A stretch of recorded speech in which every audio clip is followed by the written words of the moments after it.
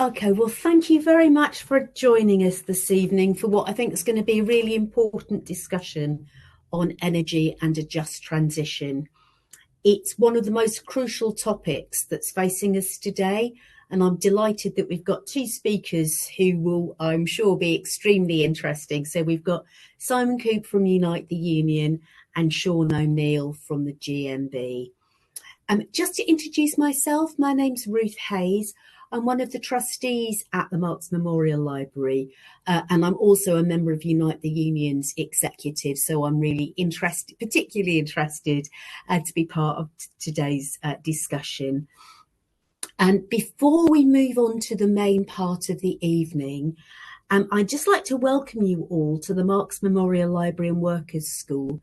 We're a research and education institution on Marxism and socialist history, founded in 1933. So a long history of collecting information and providing education for the labour movement. We've got a collection of over 60,000 books, pamphlets, major archive collections on socialist history, including the Spanish Civil War, peace movements, campaigns for colonial liberation, and we have a dynamic education programme, so a mixture of online courses, lectures and classes, in addition to offering workshops and visits for schools, students and community groups. So I would encourage people to look at our website and find out a bit more. If you're not already on our mailing list, do sign up for that. Anyone is welcome to sign up. And I hope you'd also consider joining as a member. It's £25 a year, and we really value the contribution of our members. We're going to be hearing this evening from Simon first for around 20 minutes, and then from Sean for about a quarter of an hour. And then after that, there will be an opportunity for a question and answer session. Feel free to put any questions in the chat, but we will also open it up for discussion towards the end. We will be recording the session and we will be putting the presentation, but not the question and answer session, onto MML's website and podcast. And just before I invite Simon to speak, I just need to remind people that we are a registered charity committed to our constitutional objectives. And I just need to kind of make those clear, particularly as we're in the run up to a general election campaign. So the sole and exclusive object of the library shall be the advancement of education, learning and knowledge by the provision, acquisition and maintenance of a library relating to all aspects of the science of Marxism and of the history of socialism and the trade union and working class movements. The library does not support any political party and will not condone any conduct which could prejudice its charitable aims. So with that out of the way, I would like to introduce our first speaker, Simon, who's the National Officer for Energy and Utilities at Unite the Union, who will be talking about Unite's Unplugging Energy Profiteers report. So Simon, thank you very much for joining us. No, and thank you so much, Ruth, and thanks to MML for inviting me to speak. It's an absolute privilege and an honour, and that is an interest in moving forward with energy and utilities, but also the system that we're currently under is not working. And let me tell you why the system that our sector, energy specifically, is not working, and why we call for public ownership. Unite the Union has done an intrinsic piece of work through its Unite Investigates and through different departments, but the Unite Investigates document has now been released in February 2023, which outlines profits and profit margins and energy companies, energy generators, and also oil giants and gas giants in relation to this point. And what I'd also like to introduce everybody to is the new Unite Investigates update around unplugging the profiteers, and really talking about our profit margins have increased since 2018 and 2019 to 2022 and moving forward into them points. So let me just give a bit of background on what the document actually tells us and how we move forward from that. So before the energy crisis, as you all know, the energy price cap, which is regulated by the regulator that doesn't regulate Ofgem, prices were on average £1,000 for households per year on that basis. Before any war were taking place in Ukraine or geopolitical, the prices of gas were continuing to rise and the price of energy was continuing to rise before the war. And why was that the case? Well, there were two specific reasons what government stated why that was the case. A lack of gas storage and the wind wasn't blowing hard enough. That was the statement at that time. We then moved in to the war in Ukraine, and then we saw prices of energy going from 60 pence a firm, that's what they class as normal, and everybody would get giddy if it got to 90 pence, to in an average of £2.20 a firm, bearing in mind people got excited when it got to 80 and 90 pence, and at some points during the height of the crisis, it was touching £8.20 a firm at that point. So the UK situation was this. They allowed the price cap to rise an extortionate amount, which touched £4,454. And therefore the regulator did not protect the consumer, because nigh on raising energy prices in an 18-month period, nigh on 440%.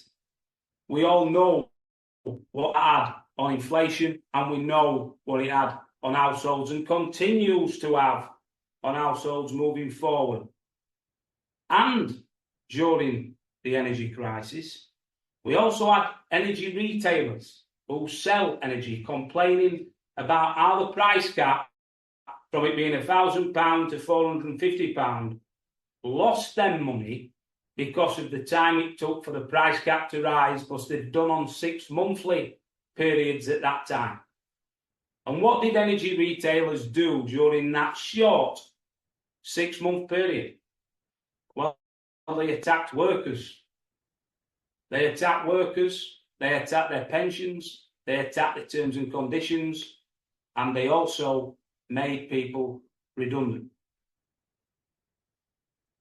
I'll now fast forward 2.5 years, and what have now Ofgem done as a regulator? Bearing in mind, retailers have made the decision based on that. They have now provided a clawback scheme that retailers who lost any money at that period have now been able to get it back and will continue to get it back. And if you look at company accounts records with EDF, SSE, OVO, and all other retailers such as Scottish Power, their accounts now have been inflated because of that clawback. And therefore, the pain that the workers have suffered are now not going to be paid back. The consumers have suffered is now not going to be paid back. But yet again, big business have been able to come away from this unscathed and scot-free. But so while this is happening in UK, and the government have produced an energy price guarantee that has given energy companies to date £28 billion in taxpayers' money to subsidise the price cap at the time from £4,450 to £2,500, where the consumer paid £2,500 a year, and the taxpayer, again, the double whammy, paid £1,900 of that. So we're subsidising energy companies' profits to a tune of £28 billion. What Unite Investigates document also states is the cost of publicly owning energy. And when you look at the document, it clearly breaks down into subsectors the costs of public ownership. And if you look at the market value of that document, it states that the cost to the UK taxpayer would be £98 billion. But bear that in mind a minute when we look at this. We've already paid £28 billion as a government, and that will continue to rise when we start looking at the books in detail. But what have we got for that £28 billion? Absolutely nothing. We've subsidised profiteers. £98 billion would provide our country, our public ownership of energy, with an asset, which is energy generation, which is energy networks, which is energy retail, and which is oil and gas. And let me tell you why we need to change the system, because at the minute it's broken. Save the £28 billion, but I just want to talk through a few figures as well at this point in time. We're at a position where oil and gas companies are bringing in now on, in 2022, £40 billion in profit in 1 year in 2022. BP alone, 12.3 billion with a profit margin of 6%, and the APA Corporation of 4.5 billion pounds. That's profit. Then let's have a look at the shareholder dividends that are jumping, and I'll pick on another two energy companies and generators. Let's look at Scottish and Southern Energy, SSE. Current figures were released last week of profits of 2.1 billion pounds, 2,100 million. Dividends have been paid out at over £1 billion. EDF, nuclear generation, £1.3 billion paid in shareholder dividends. And it continues. The more you look at, the more dividends you see. Let's have a look at the French situation during the energy crisis. EDF, a French state-owned company, were capped by the French government to only raise energy prices by 5% during that time, which came out of EDF's profits. Has EDF gone bankrupt for subsidising that scenario? No. But the UK could not take that course of action because it doesn't control or publicly own any of its energy generation companies in relation to that, and has no control, hence the 28 billion subsidies that it had to pay. I also then want to talk about the continued increase in profit margins. If you look at Ørsted, Danish state-owned company, there's a pattern here, but not a pattern in the UK. £828 million in profit in 2022, with a profit margin of 37%. And then what do Ørsted do in 2023? They've announced that they're going to axe 800 jobs. So here we are, increased profit margins in 2022, and yet they're axing 800 jobs. And you and I have not got recognition in Ørsted, and we'll come on to that in a minute. So here we are, energy generators, energy companies, oil and gas companies, exorbitant amount of profits, exorbitant amount of shareholder dividends. If us, as public owned as shareholders, we could control the AGMs of these businesses as the public. The government could control the AGMs to limit CEO pay. And let's just talk about CEO pay, Chief Executive Officer's pay, just for 1 minute. Chris O'Shea from Centrica has been paid in bonuses pay and other remuneration £8.2 million. And the AGM yesterday have waved it through with a whimper. How is that?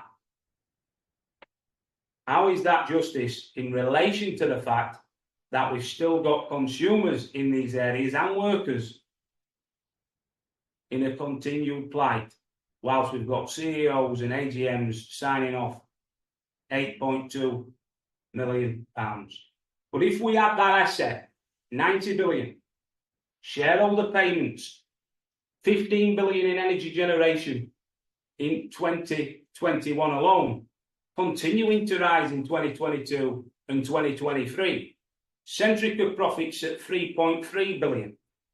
If them profits and shareholder dividends came back into the public purse, in relation BP and Shell, we wouldn't be in a position where society could completely change in this country.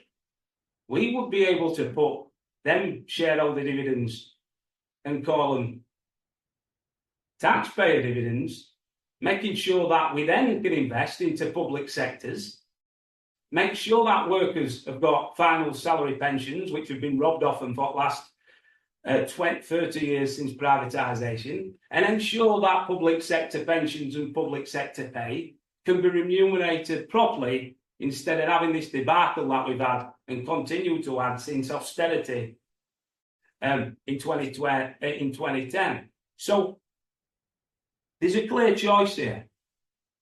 We continue to go down a broken system of high inflation due to profiteering, continuing for companies to manipulate the system and crises to their benefit, and but take the profits and the shareholder dividends, and if you put them together, guess what? The £98 billion that you've paid for a fantastic asset for public ownership of energy generation, energy networks and grids has been paid back in dividends and profits pretty quickly. You do the maths on that basis.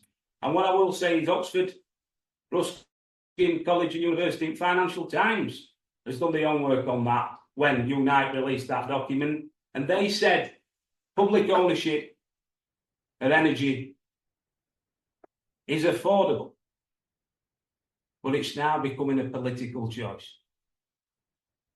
And our union, Unite the Union, will not stop with this campaign. We will continue, and we will continue to expose unfettered profiteering, and we will continue to hold these businesses to account who are not acting in the best interests of society. And therefore, we need to call yet again for public ownership, renationalisation, you name it, and therefore use these profits to make society better for all. This is a necessity, and a necessity that should be generating not just energy, but profit for us all, so that we can move forward as a society. State-owned energy companies is not unfashionable. France do it. That is not a socialist government. Denmark do it. That is not a socialist government. And Norway, and so on and so forth. It seems a very good idea, does public ownership of energy assets and networks for a hell of a lot of countries within the globe. But in the UK, it seems to be a bit of a taboo subject, and we'll not stop campaigning until we see it through.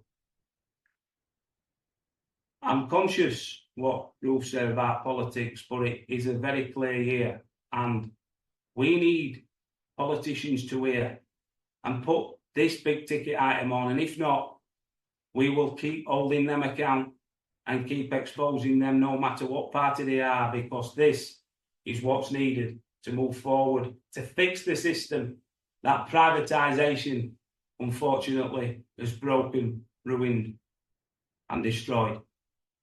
Thank you. Thank you so much, Simon, and thank you there's an amazing level of detail there, and the figures are truly shocking. And I think all of us will know that, in the winter, there are a lot of people who are simply unable to have their heating on because of the cost of heating, and yet, and we're constantly told there isn't enough money to address significant failures in society, and yet the money is there and could be put to public good. So thank you very, very much for that overview. We're going to take questions to both speakers at the end, if that's okay. So I'd now like to introduce Sean, who's Secretary of the GMB's Glasgow Education Branch, and he's going to talk to us about the challenges and the potential of local community campaigns, as well as the need for public ownership. So Sean, thank you very much. Thank you, Ruth. That was a great contribution, Simon. Thanks a lot for that. I'm a trade unionist with the GMB, and probably more tonight in my capacity as a community activist from the Wynford Residents' Union. Here to give a local perspective on the struggle for public ownership of energy and the role that community campaigns can play in challenging profiteering energy companies, and ultimately what a just transition would mean for working class communities. So my community is the Wynford, which is a housing estate in Maryhill, Glasgow, a place where people struggle to get by and often struggle against private interests who profit from their poverty, whether that's landlords or energy companies. Back in 2012, 3 in 4 tenants in the Wynford had a gross income below £10,000 and were struggling to pay their fuel bills. At the same time, the SNP government in Scotland were promising a publicly owned energy company, and they selected Wynford for a new district heating initiative designed to make Scotland's energy greener and to tackle fuel poverty in dense urban areas. Under conventional methods of generating electricity, the heat that's produced as a byproduct is usually lost into the atmosphere, so a lot of energy is wasted in the process. With district heating, however, central boilers and combined heat and power units produce electricity but still capture the heat that's produced as a byproduct. It's therefore more sustainable for the environment, and theoretically it's cheaper for the consumer. All residents across the 1,800 households on our estate would soon have their energy supplied by the district heating scheme, which meant tying us to one energy provider. The lease to operate the scheme was gifted to Big Six energy giant SSE by Coop Housing Association for 30 years. This demonstrated the stranglehold that capital has on government policy and its control over so-called social housing associations that have no basis in our communities and therefore no real interest in ensuring that local public infrastructure actually belongs to local people. So just like the promise of a new publicly owned energy company for Scotland, the promise to reduce fuel poverty in the Wynford was empty. Private interests were baked into the district heating scheme from the very start. Fuel poverty deepened in the community. A few months into SSE's operation of the scheme, low-income tenants were disconnecting at an alarming rate, and the Wynford Residents' Union fought against high standing charges that were basically charging people for more energy than they were actually consuming. The union forced SSE to create a low user tariff for some qualifying residents who were entitled to cheaper energy, but clearly this didn't go far enough. And how could it? Despite speaking a language of being environmentally conscious and socially responsible, companies like SSE are driven by the profit motive, where private greed is everything and public need is nothing. A decade into SSE's control of their district heating system, the Wynford was in 100% fuel poverty. Over that decade, the Big Six had paid out $23 billion in dividends to their shareholders. Price gaps continued to rise with the energy crisis that spiralled out of control across British and European markets following the cold winter of 2020-21, and also with the economic downturn of the COVID pandemic. In the past 5 years, 58,000 people across Britain have died for conditions attributable to cold homes. This is among the worst death rates in Europe. The price gouging SSE shareholders capitalised on that crisis to rake in record profits for working class communities across Scotland. The chief executive gave himself a 47% pay rise in 2022, at a time when the average Wynford resident was spending almost 60% of their low incomes on fuel bills.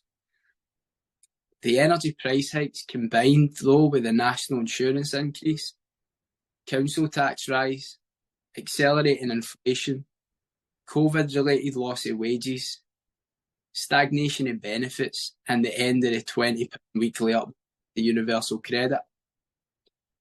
Overall, 2022 saw a historic ruling class assault on the living standards of working people and their families. To paraphrase Marx, the accumulation of wealth at one extreme was at the same time the accumulation of misery at the other. And there was real anger in my community at such brazen profiteering. Our only choice was to go into campaign mode again against April's 50% price hike. For months, SSE stonewalled the union and tried to deal with us as individuals. But through consistent door chapping, the petition for a return to pre-April prices had gained hundreds of signatures. Campaign posters were produced to single out the chief executive, Alistair Phillips-Davies, and his obscene pay rise. The popular support for our cause was visible in people's windows, and I think that made a difference. SSE's first response exposed their lack of basis in our community and their disdain for working class people. It also showed how the arrogance that comes with such unbridled power can be a weakness. SSE produced a blog on energy saving tips, encouraging customers who are struggling to pay their bills to hug their pets and eat porridge to stay warm.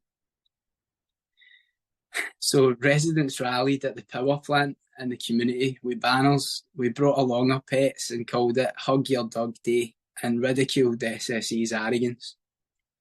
They soon changed their tune, forcing the action and the subsequent media attention forced them to publicly apologise for what they even called poorly judged, unhelpful and embarrassing advice. The campaign was steadily gaining momentum at this time and building power in the community.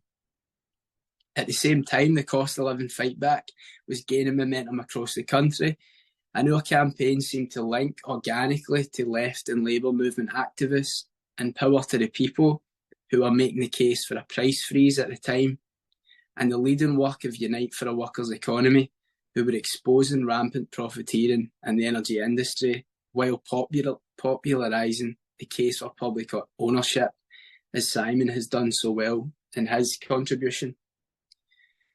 So these conditions, the groundswell, galvanised us to keep on the offensive. We followed up with rallies at SSE's Glasgow headquarters, and then a memorable away day protest at its main headquarters in Perth. Tenants chipped in with the support of the Young Communist League to hire a van for the day and take the fight to SSE's front door. Our demand for a return to pre-April prices and a negotiation with SSE had achieved national recognition. So now that we had drawn them out from their original position of stonewalling us, and in the process denting their public image, they realised that they had to get round the table to save face. The communal nature of the district heating scheme meant that our issue was collective, and it was also shared across the country in 18 communities who used the same system. So a local dispute also had national implications that we didn't actually realise at the outset. The negotiation was granted, and it was a really proud moment to see a residents' committee of ordinary working people empowered enough and prepared to sit round the table with a billionaire monopoly firm and negotiate. But the company opted at the last minute to meet over Teams. Nevertheless, they committed to freezing their energy bills and the energy bills of all district heating customers in the country for a year. This shielded not just their community, but 10,000 households from the 80% Ofgem cap rise that October, which was a serious victory at a critical time for people who were drowning in fuel poverty, to be honest. It signalled that grassroots campaigns and organised tenants can play a key part in challenging monopoly capitalist power. I believe that movements like this will be the foundation of any anti-monopoly alliance that can pose a threat to private ownership of energy and the economy more deeply in the years to come.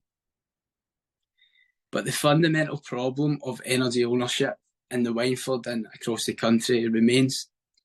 The district heating scheme should be publicly owned, with any surplus profit being directed back into the community in the form of lower bills and community-led projects.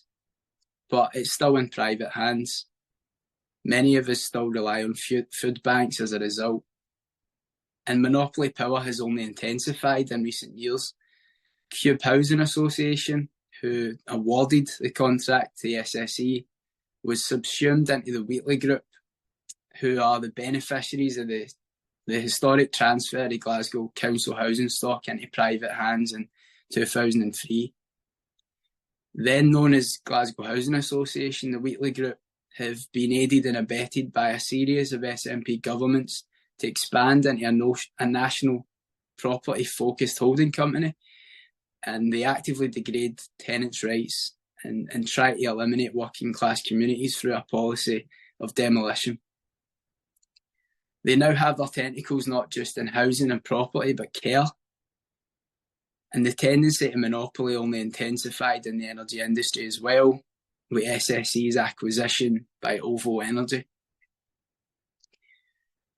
So despite the success of their campaign, the issue of who sets the policies and who owns the industries shows the limitations of their work at the local level, without a political working class advance at the national level. We feel we need to be working more closely with workers in the energy industry. We need to be building remobilised trades councils, people's assemblies, and to really forge new democratic institutions of the working class that are capable of making proper inroads into capitalist state power. And I believe that now more than ever, we also need to build a party that represents the interests of working people and takes forward the policies that originate in our community struggles. But clearly there is much work to be done to create the organisational depth necessary for this kind of movement of our class. And with the tight grip of capital on communities like mine and the daily struggle to survive, we don't have the luxury of cherry-picking what issue is most effective to campaign on and when to campaign. Despite our desire to stay on the offensive against SSE, it was important to know how to retreat when under attack from multiple angles. We had to be responsive to the next ruling class assault and to the next one after that. The battle with SSE overlapped with the Wheatley Group's decision to force a wholesale social cleansing project on the Wynford through the mass demolition of social homes and our council-run community centre. All this was to be replaced by a new private development for the middle class. That prompted our Save the Wynford campaign, which is an ongoing struggle to defend our built heritage and to save every last vestige of the Wynford's character against the interests of predatory developers. The Wynford is situated in Mary Hill, which is just at the edge of the north of Glasgow, beside the West End. And our scheme is considered prime real estate by those who only see the land value of the Wynford, not the social value of affordable housing and public community facilities. Yet, just like the campaign against SSE or fight against the Wheatley Group has placed ordinary people not just front and centre of the class struggle, but increasingly the climate struggle. Our opposition to the mass cut of 600 social homes through demolition has built the case for the greener, cheaper alternative of retrofit that will make our homes more energy efficient. This is of course interlinked with the question of energy ownership, as the mass retrofit of our homes would significantly reduce energy bills. But all this points towards the reconciliation of a much bigger social question: public ownership of our key industries and of the economy as a whole. It points, in my view, towards socialism. Our local residents' union remains blacklisted from the official regeneration process of our community because, frankly, tenants' rights don't exist under corporate housing associations. But we built our own base, and the campaign for retrofit won popular support. There has only ever been one independent democratic ballot held on the future of the Wynford, and it was financed at great sacrifice to local people and solidarity from our allies in the movement earlier this year, not least in Unite.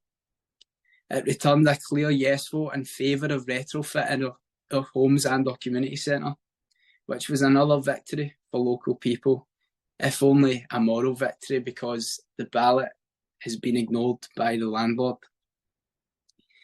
Interestingly, in 2022, my trade union, the GMB, supported binding residents' ballots when estate demolitions are proposed and called for loopholes to be closed so that such a policy could apply to all estates under threat, regardless of who the landlord is or the power that they have. The default position, according to GMB policy, should be that estates are refurbished rather than demolished on environmental grounds. I feel that we need more collaboration between communities under threat and trade unions on this basis to make such policies viable. Because, to paraphrase another Marxist, environmentalism without class struggle is just gardening. This is understood by our allies in Fuel Poverty Action, who have supported our campaigns on the ground and continue to work closely with tenants and trade union movements. Fuel Poverty Action, to my knowledge, have stopped fuel debt evictions in Lambeth alongside local residents there, and also helped to build the Unite for Energy for All coalition. Fuel Poverty Action respond directly, in my view, to the necessity of a workers-led just transition. The Energy for All campaign is popularising the need for retrofit to meet climate targets, but also as an alternative industrial strategy, because retrofit has the potential to create tens of thousands of good unionised construction jobs across the country. Under the Energy for All manifesto, households would receive a free allocation of energy to cover basic needs. This could be funded through windfall taxes on fossil fuel corporations and taking back the millions that are spent daily on subsidising this industry. National public opinion polls show mass support for that policy and indeed a public ownership. The main point I hope to have got across to you tonight is that these progressive energy and environmental policies must originate in the needs of working class communities and must be forged in the fire of local community struggles. This is the only way forward to an anti-monopoly alliance and a just transition, as well as the kind of left-wing programme that stands a chance of fundamentally reordering the British economy in favour of working people and our families. I'd like to thank the MML for giving a platform to the Wynford Residents' Union and to Unite for sharing it with us. Solidarity. Thank you very much indeed, Sean. Two fantastic contributions coming at the issues from different angles, but I was really struck by the high level of actual deaths, let alone ill health, due to cold homes at a time when the profits that Simon's already talked to us about are being made, and the I think the comparison with housing, I was reading an article this morning, I think, about the impact of local housing allowance pushing up the cost of temporary accommodation because people are no longer able to rent in areas where close to where they work or where their community is.